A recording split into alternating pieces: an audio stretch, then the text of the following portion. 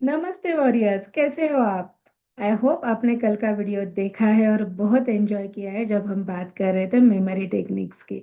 तो आज हम मेमोरी टेक्निक्स का ही सेकेंड पार्ट कर रहे हैं, जिसमें हम और एडवांस्ड मेमोरी टेक्निक्स सीखेंगे।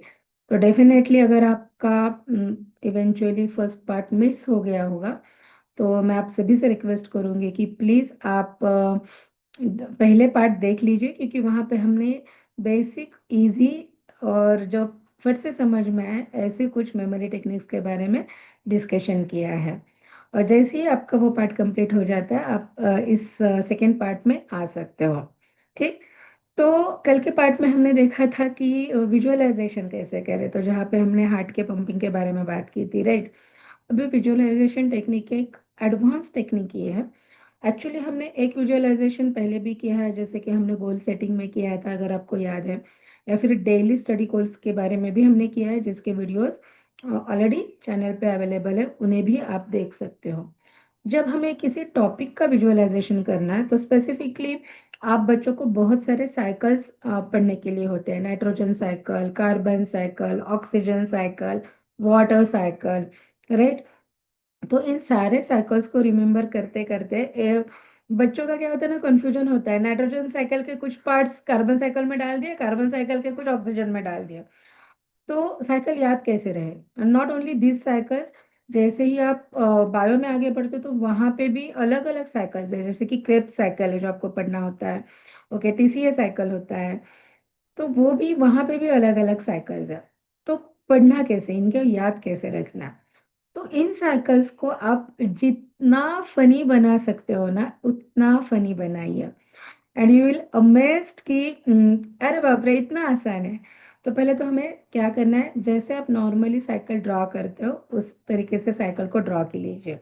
और इसमें ना क्रिएटिविटी यूज करनी है। और मुझे पता है आप बहुत ज्यादा क्रिएटिव बच्चों, आप एक दूसरे को जब चिढ़ाते हो तो कितनी ज्यादा क्रिएटिविटी होती है ना, कितने अलग अलग नाम अपने दोस्तों के आप रख लेते हो। तो बस जब ये साइकिल करने हैं ना, आप जब इन साइकिल के लिए कुछ याद करने के लिए स्टोरीज बनाओगे, तो आपको वैसे ही करना है। तो एक एग्जांपल मैं आपको शेयर करती हूँ। एक्चुअली नाइट्रोजन साइकिल की बात करते हैं, और ऐसे ही हम मेमोरी टेक्निक्स के वर्कशॉप ले रहे थे। और अब नाइट्रोजन साइकिल, अब उसने क्रिएटिविटी कैसे लगाई देखो। नाइट्रोजन, JEN, जैन, तो उसने बोला जेन, जेन तो जेन। तो उसे जेन कार दिमाग में आई। तो उसने बोला हाँ मैं जेन कार। अब हमें पता है नाइट्रोजन साइकिल की एक्चुअली स्टार्टिंग कैसे होती है, एटमॉस्फेरिक नाइट्रोजन से, है ना। एटमॉस्फेरिक नाइट्रोजन होता है जो पेड़ ले लेते हैं, और लाइटनिंग से भी हमें डायरेक्टली नाइट्रोजन मिल जाता है। तो इस बच्चे ने क्या किया, एटमॉस्फेयर ना तो फनी बना दिया। लाइक ही इमेजिन कि मैं जेन कार में बैठा हूँ मेरे फ्रेंड्स के साथ विथ नाइट्रोजन, और हम आसमान में घूम रहे हैं। इतने में जोर से बिजली कड़की, इतनी जोर से बिजली कड़की कि हम पेड़ पे आके, तो आसमान से गिरे खजूर पे अटके। तो इस तरीके से उसने मुझे स्टोरी बता दी, तो मुझे याद रह गया। ओके, ये नाइट्रोजन साइकिल है, नाइट्रो इसका फ्रेंड है, जो आसमान में मतलब एटमॉस्फेयर में थे। अब लाइटनिंग हुई है, और अब पेड़ों ने वो दो तरीके से रहती है ना, एक लाइटनिंग से मिलती है और एक पेड़ों की तरफ से, वो तो दोनों दोनों उसने कंबाइन कर दिया। लाइटनिंग हुई तो पेड़ पे जाके अटके। तो नाइट्रोजन अभी कहाँ पे अटका है, तो पेड़ पे अटका है। फिर पेड़ में क्या हुआ, उस तरीके से उसने फनी बनाया। फिर डीकम्पोजिशन होने के बाद फिर से नाइट्रोजन रिलीज होता है, उसके बारे में उसने फनी से बनाया। और हमें पता है कुछ राइबोवोरस प्लांट्स भी रहते हैं, तो जो वो माइक्रोब्स होते हैं वो भी नाइट्रोजन रिलीज करते हैं, उसके बारे में उसने ऐसे कुछ फनी फनी बताया। तो इस तरीके से उसने पूरा नाइट्रोजन साइकिल एकदम फनी वे से प्रेजेंट किया एज अ स्टोरी। और इतना सुनते सुनते हम हंसे थे। सो दिस इज द क्रिएटिविटी। इस तरीके से आप भी क्रिएटिवली इन चीज़ों को जो आपको डिफिकल्ट लगते हैं उनको याद कर सकते हो। In the same way Krebs cycle का भी है। क्रेप साइकिल की भी बहुत फनी स्टोरी है। आप अगर ढूंढ पाओगे तो मिल जाएगी आपको वो भी। एंड आपको पूरा, अगर आप क्रेप साइकिल देखते हो ना, तो बहुत सारे कंपोनेंट्स हैं। And it goes with an easier way to difficult way. शुरुआत शुरुआत में हो सकता है एसएससी बोर्ड के जो बच्चे हैं उनको बहुत इजीली क्रेप साइकिल सिखाया गया है। जैसे जैसे आप एडवांस जाते हो, ट्वेल्थ में जाते हो, उसकी और डिटेलिंग होती है, राइट। तो धीरे धीरे उन सारे कंपोनेंट्स को आप इस स्टोरी की मदद से, फनी स्टोरी की मदद से याद रख सकते हो। So this is an advanced visualisation कि मैंने क्या किया, मेरी क्रिएटिविटी, मेरी फनी स्टोरी मैंने इन इमेजनरी इसमें डाल के एक अच्छा सा, मेरा मुझे जो सीक्वेंस एक्चुअली याद रखना है, उसे मैंने याद कर लिया।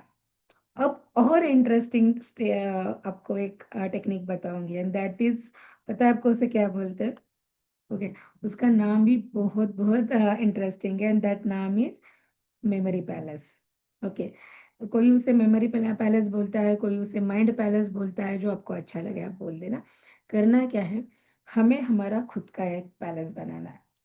अच्छा, जस्ट बता दीजिए कैसे चाहिए आपका पैलेस आपको, कमेंट बॉक्स पे बोल देना। ओके, डन, बढ़िया। मैं बाद में सबके कमेंट्स पढ़ने वाली हूँ। ओके, सो ये जो पैलेस है ना, ये आपका है। Just create it the way you like. बढ़िया से पैलेस इमेजिन करना, और इस पैलेस के हर एक कंपार्टमेंट में हमें हर एक टॉपिक को पुट करना है। फॉर एग्जाम्पल कि जैसे मैं अंदर जाती हूँ तो वहाँ पे पहले मुझे क्या मिलेंगे, तो स्टेयर्स। तो मैंने इमेजिन किया कि वाह कितने अच्छे स्टेयर्स है, एकदम वाइट कलर के स्टेयर्स है, एंड सो उनके वो गोल्डन कलर का उसको टच है, and so beautiful they are.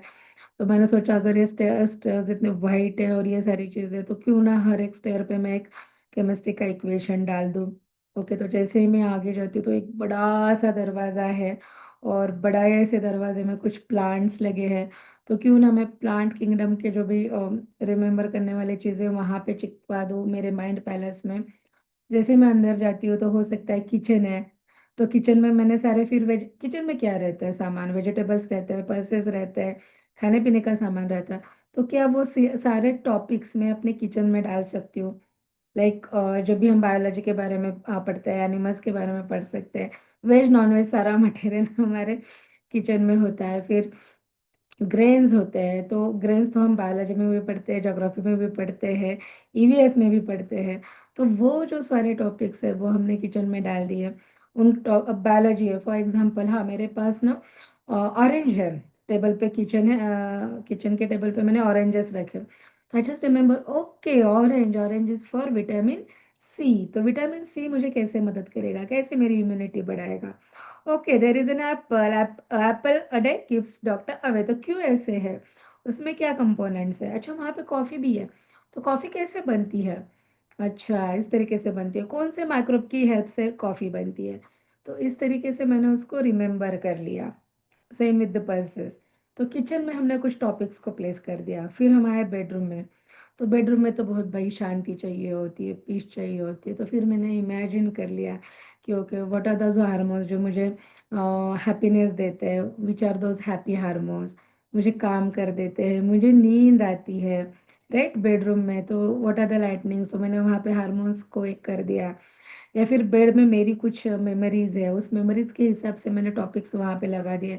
जो भी बेड के आपके फर्नीचर है, कुछ पेंटिंग्स है, उसके रिलेटेड टॉपिक्स आपने उस बेड में चिपका दिए। अब ये हमें विजुअलाइज करना है, और ये जो माइंड का पैलेस है, मेमोरी का पैलेस है, ये हमें धीरे धीरे बिल्ड करना है। घर एक दिन में नहीं बनता है ना, उसको टाइम लगता है। तो एक एक स्टेप करते जाइए, फिर आपको भी समझ में आएगा। और एक दिन में पूरा नहीं हो सकता, कभी कभी आप चेंज भी कर सकते हो। घर में फर्नीचर हम चेंज करते हैं ना, तो कभी लगेगा नहीं यार, ये टॉपिक तो मैंने किचन में रखा था, क्यों ना इसको बेड में रख दूँ, या फिर हॉल में रख दूँ, या फिर डाइनिंग हॉल में रख दूँ। Okay, you can shift, that is your mind palace, you can always make it better, right?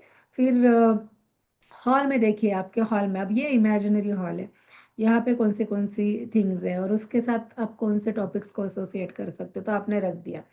तो एक बार ये पैलेस बन जाए ना, इस पैलेस को हर बार जब भी आपके पास फ्री वक्त हो ना, आपको बैठना है और इस पैलेस को विजिट करनी है।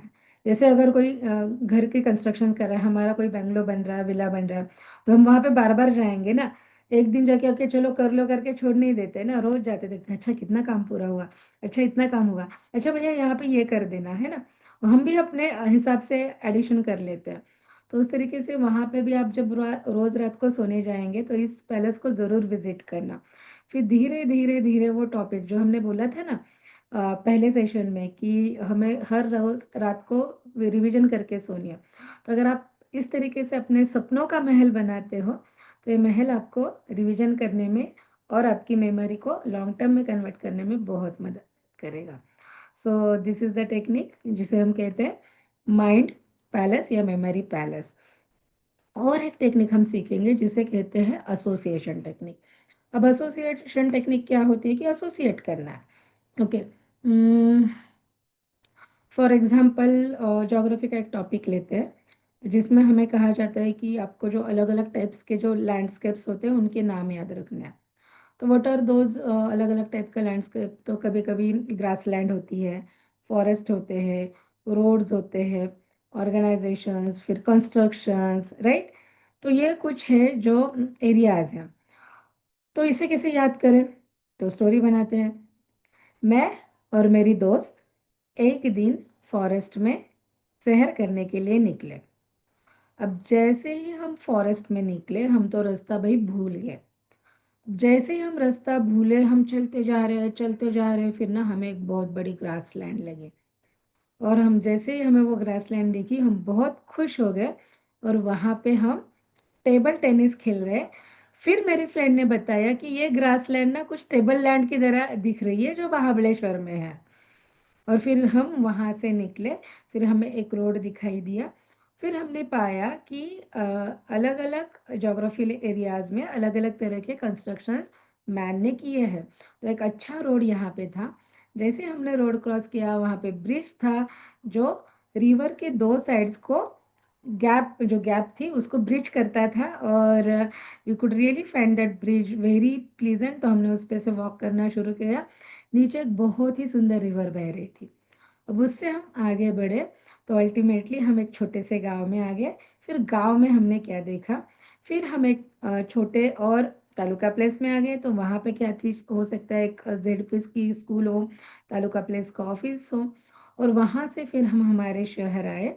तो शहर में हमें पता है बड़े बड़े ऑर्गेनाइजेशंस होंगे, बिल्डिंग्स होगी, इंडस्ट्रीज होगी, बड़े स्कूल्स होंगे, बड़े हॉस्पिटल्स होंगे। तो ये मैंने क्या किया, एक जोग्राफिकल एरियाज जो अलग अलग कैसे डेवलपमेंट हुई उस हिसाब से एसोसिएशन किया अलोंग विथ मी। एसोसिएशन मैंने किसके साथ किया? मेरे खुद के साथ, मेरी खुद की और मेरे खुद के फ्रेंड की स्टोरी बताई। ये भी आप एसोसिएशन के थ्रू कर सकते हो। या फिर आप क्या कर सकते हो, दो जो कॉन्जिक्यूटिव टॉपिक्स है, मतलब इसके बाद ये टॉपिक तो आना ही है, उस टॉपिक्स को आप एसोसिएट कर सकते हो। ओके, एक छोटा सा गेम खेलते हैं। आपको चैट बॉक्स में टाइप करना है। ओके, जो मैं वर्ड पहले बताऊंगी ना उस वर्ड को सुनते ही आपके दिमाग में जो आता है वो आपको लिखना है। Done? Ready? Okay, let's start. Tiger, monkey, cat, सोना।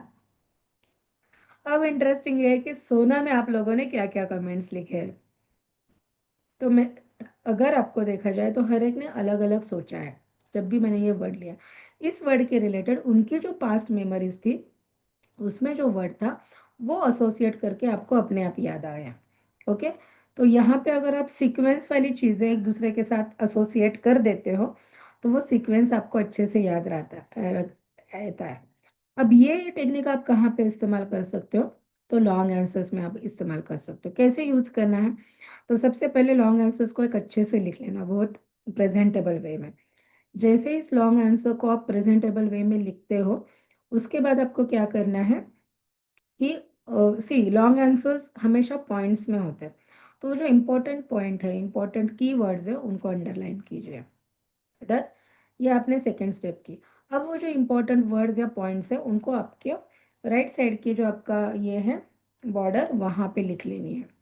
अब जब ये वर्ड्स आपको दिखते हैं step by step, first word से लेके सेकेंड वर्ड तक, तो इन वर्ड्स को आपको एक दूसरे के साथ एसोसिएट करना है। प्लीज मेक इट श्योर कि जब आप एसोसिएट करो तो उल्टा पुल्टा मत करना, सिक्वेंसली करना ताकि सिक्वेंसली पॉइंट्स याद आ जाए। Specifically when it comes to science हम आंसर सीक्वेंस में लिखते हैं, तो वो सीक्वेंसली अगर आप एसोसिएट करते हो और उससे एक वर्ड बनाते हो तो वो इजी हो जाता है। फॉर एग्जाम्पल मैंने एक बार बनाया था, किंग फूफा ने कॉफ़ी पी। तो ये जब मैं साइकोलॉजी पढ़ रही थी उसका एक साइकोलॉजिकल कंसेप्ट था जिसे मैंने इसे फनी तरीके से याद रखा था। और हर एक किंग, ओके, तो उसमें से KI एनजी से कुछ स्टार्ट होने वाला था, तो वो कंसेप्ट मैंने उसे ऐसे याद रखा था। तो इस तरीके से आप भी कर सकते हो एसोसिएशन टेक्निक। तो आज के इसमें हमने देखा एसोसिएशन टेक्निक के 2 टाइप्स भी देखे, और जो हमारा माइंड पावर का जो बड़ा-सा विला है, जो महल है आपके सपनों का, वो भी हमने देखा है। तो इसे हमें प्रैक्टिस करती रहनी है। डन? और कुछ टेक्निक जाते-जाते आपको बताऊँ? क्या लगता है आपको? बतानी चाहिए मुझे? ज़रा कमेंट बॉक्स में बताइए, क्योंकि ऐसे तो पढ़ाई करने के बहुत इंटरेस्टिंग तरीके मेरे पास है। ओके? चलो, अगर कुछ मैं आपको बता पाऊँगी, और हाँ, एक और बताती हूँ इंटरेस्टिंग टेक्निक, चंकिंग डाउन की टेक्निक आपको बताती हूँ। बहुत बड़ा कुछ याद करना है तो उसे चंक डाउन, एक्चुअली हमने जो एसोसिएशन टेक्निक की उसमें भी हमने चंकिंग डाउन का इस्तेमाल ज़रूर किया है। तो हमने क्या किया था कि एक बड़े से आंसर को छोटे-छोटे कीवर्ड्स में पहले चंक किया था। तो इसे चंकिंग डाउन भी कर सकते हैं। अब चंकिंग डाउन कैसे फ़ायदा होता है? फॉर एग्ज़ाम्पल चलिए नर्वस सिस्टम का लेते हैं। नर्वस सिस्टम याद रखने के लिए बहुत बड़ी चीज़ होती है, मुश्किल लगती है सारे लोगों को। तो इतने नर्व्स है, कितने नर्व्स है, कितने नर्व्स है, कितने पेयर्स ऑफ नर्व्स, तो मैंने सीधे से याद रखा 12 pairs of cranial nerves, 36 pairs of spinal nerves, 10 33 pairs of spinal nerve. Yes, correct, very good. तो करेक्ट किया आपने। तो मैंने ये जब इसको चंक किया, अगर मुझे पूरा नंबर याद रखना है तो डिफ़िकल्टी जाएगी, पर मैंने इस तरीके से याद रखा है तो मुझे अब वो याद रहेगा। क्योंकि 12, अब ना बच्चे गड़बड़ कर दें कि 12 कैसे याद रखें? तो 12 क्रेनियल नर्व्स, मतलब क्रेनियम में तो कम नंबर होंगे वहाँ पे नर्व्स के, तो मैंने 12 को क्रेनियल नर्व के साथ एसोसिएट कर दिया और उसे रिमेंबर कर दिया चंक डाउन करके टोटल नंबर ऑफ नर्व्स है। तो इस तरीके से हम चंक डाउन भी कर सकते हैं, जो आगे जाके हम उसे एसोसिएशन टेक्निक में इस्तेमाल करेंगे। फिर ये भी हाँ ओके, पेरिफेरल नर्व्स कितने होते हैं? ओके, फिर नर्वस सिस्टम है, नर्वस सिस्टम के टाइप्स कितने हैं? ओके, वो इनवॉलेंट्री क्या है, वॉलेंट्री क्या है, इनके बारे में बात कर सकते हैं। ब्रेन, ब्रेन एक ऐसा टॉपिक है ना कि लोगों को लगता है भाई बट बहुत इंटरेस्टिंग है, तो ब्रेन को मैंने पहले लोब्स में डिवाइड कर दिया, फिर लोब्स के फंक्शंस को डिवाइड कर दिया, और फिर मैंने इमेजिन किया ओके ओके ये क्या है, okay this is the pre frontal lobe, फिर क्या करता है ये। तो इस तरीके से जैसे हमने विजुअलाइज भी किया था, तो एक दो टेक्निक्स ना हम कंबाइन भी कर सकते हैं, और इफ़ यू फील रियली ऐसे एक दो टेक्निक्स आप कंबाइन भी कीजिए। तो अगर आप ये सारी टेक्निक्स यूज़ करते हो तो I am very much sure कि आप बहुत अच्छे से इन टेक्निक्स को यूज़ कर पाओगे। आपको क्या लगता है, इतनी सारी आपने टेक्निक्स आज समझी है और कल के सेशन में भी हमने बात की थी। आपको क्या लगता है कि आपके लिए बेस्ट टेक्निक्स कौन-सी होगी? सी इसमें से सारी टेक्निक्स करनी है क्या? अगर कर सकते हो तो ज़रूर करो। अगर नहीं कर सकते हो तो एटलीस्ट यहाँ से 3-4 टेक्निक्स तो यूज़ कर लो, जो आपकी स्टडी को फास्टर भी बनाएँगी, फटाफट स्टडीज़ हो जाएँगी और मेमोरी भी बढ़ जाएगी आपकी। फ़ोकस, कंसंट्रेशन, इतने फन वे से अगर आप पढ़ाई करते हो तो भूलने के तो चांसेस ही नहीं है।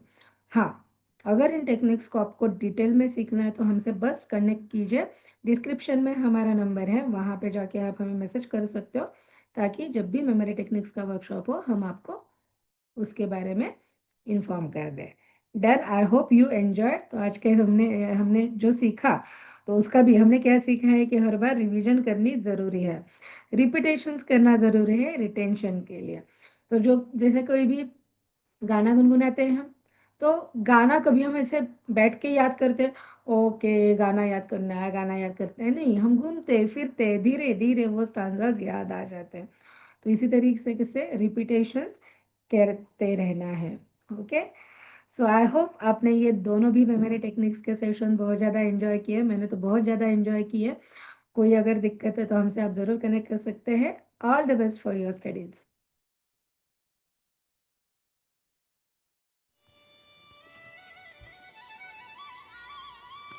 जय श्री कृष्णा। सभी का स्वागत है। एंड अब हम करेंगे गोल अलाइनमेंट।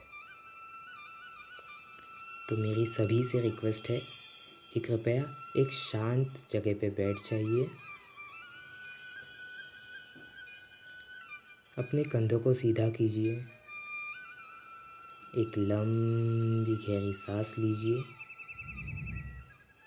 अगर आपने चश्मा पहना हो तो उसे निकाल दीजिए और बड़ी ही कोमलता के साथ अपनी आंखें बंद कीजिए।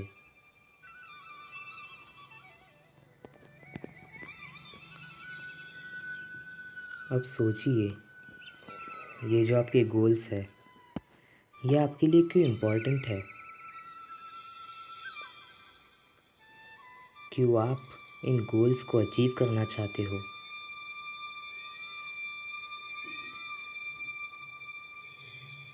उस दिन को इमेजिन कीजिए जब आपने आपके ये गोल्स अचीव किए होंगे।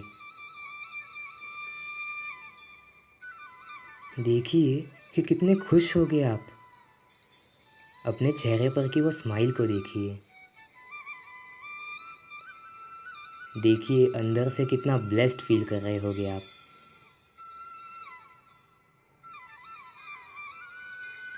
देखिए कि किस तरीके से आपके मम्मी पापा आपको अप्रिशिएट कर रहे हैं, आपको ब्लेसिंग्स दे रहे हैं।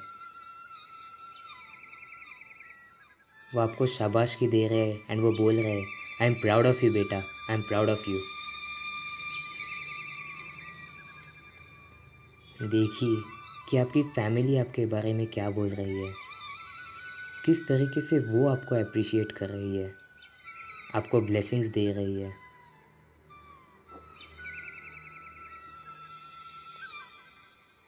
आपके रिलेटिव्स आपको अप्रिशिएट कर रहे हैं, आपको ब्लेसिंग्स दे रहे हैं। आपके दोस्त आपको बोल रहे हैं you did it, you did it. वो आपको अप्रिशिएट कर रहे हैं।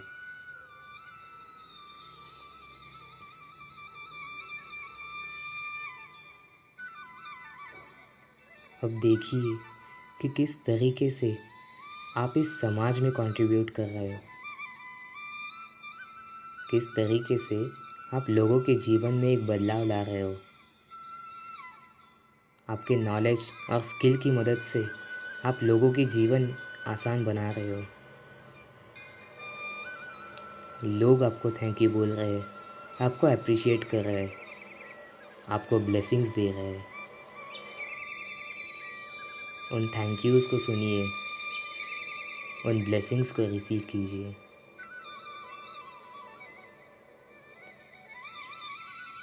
अब अपने आप को एक किसी बड़े मंच पे इमेजिन कीजिए। शायद वो किसी नेशनल लेवल का टीवी शो हो, या कोई इंटरनेशनल लेवल का टीवी शो हो, या कोई एक रेडियो स्टेशन हो जहाँ पे आपको बुलाया गया है। वहाँ पे आपकी तारीफ़ हो रही है, आपको अप्रिशिएट किया जा रहा है, आपको पूछा जा रहा है कि इतना बड़ा गोल आपने कैसे अचीव किया। वो आपको बोल रहे हैं कि प्लीज़ आप अपनी स्टोरी हमें बताइए कि किस तरीके से आपने ये गोल अचीव किया है। अपने आप को इमेजिन कीजिए उस माइक को हाथ में लेते हुए एंड देन अपनी स्टोरी बताते हुए। जस्ट इमेजिन कीजिए कि पूरा देश, पूरी दुनिया आपके लिए तालियां बजा रही है। उस फीलिंग को अनुभव कीजिए, उस इवेंट को अनुभव कीजिए।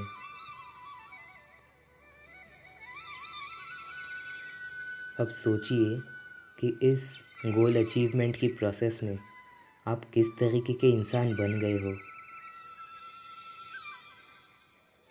आप में कौन कौन सी क्वालिटीज़ आ गई है, कौन से नॉलेज एंड स्किल की वजह से आप इस गोल को अचीव कर पाए हो।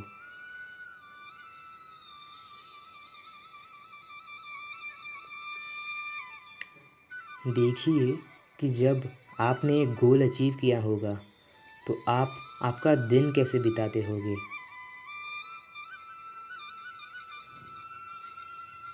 आपके दिन में ऐसी कौन सी प्रायोरिटीज़ होगी जो आप हर दिन करते हो, डेली बेसिस पे करते हो।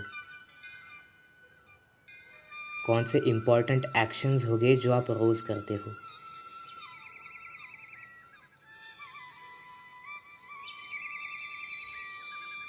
इस पूरे इवेंट को इमेजिन कीजिए।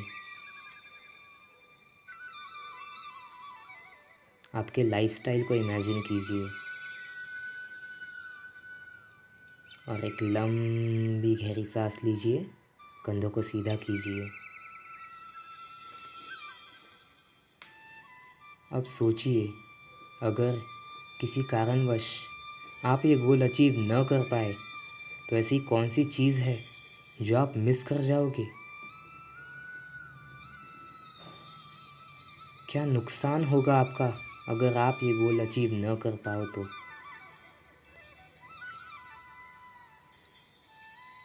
ऐसी कौन सी लाइफ है जो आप मिस कर जाओगे अगर आप ये गोल अचीव न कर पाओ तो? ऐसा कौन सा कंट्रीब्यूशन है जो आप नहीं कर पाओगे?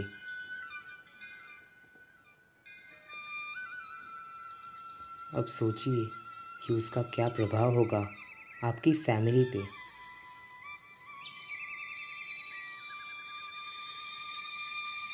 सोचिए कि ऐसा कौन सा कंट्रीब्यूशन होगा जो ये समाज मिस कर जाएगा। ऐसी कौन सी पर्सनालिटी होगी, ऐसा कौन सा रोल मॉडल होगा जो ये समाज मिस कर जाएगा।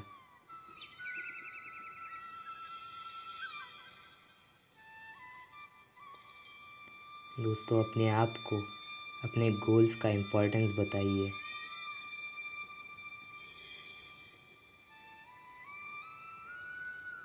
एक लंबी गहरी सांस लीजिए। कंधों को सीधा कीजिए। अब हम हमारा कल का दिन रिवाइज करेंगे। कल के दिन में आपने कौन कौन सी एक्शंस ली थी? सुबह 5 से 7 के बीच में।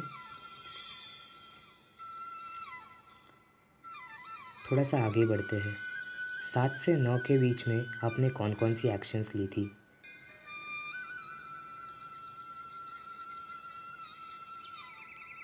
9 से 11। अगर आप आपके गोल्स के लिए एक्शंस ले पाए हो तो मन में न्यूट्रल भाव रखें, और अगर एक्शंस नहीं ले पाए तो भी मन में न्यूट्रल भाव रखें। 11 से 1 के बीच में। 1 से 3। 3 से 5। 5 से 7।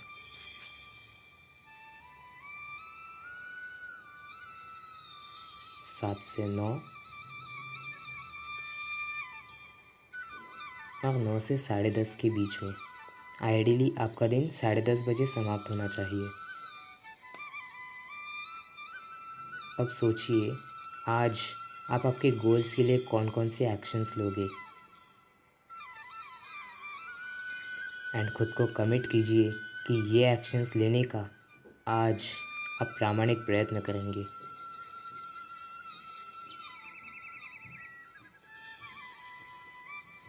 एक लंबी गहरी सांस लीजिए। कंधों को सीधा कीजिए और बड़ी ही कोमलता के साथ पामिंग करते हुए आप अपनी आंखें खोल सकते हो। Thank you.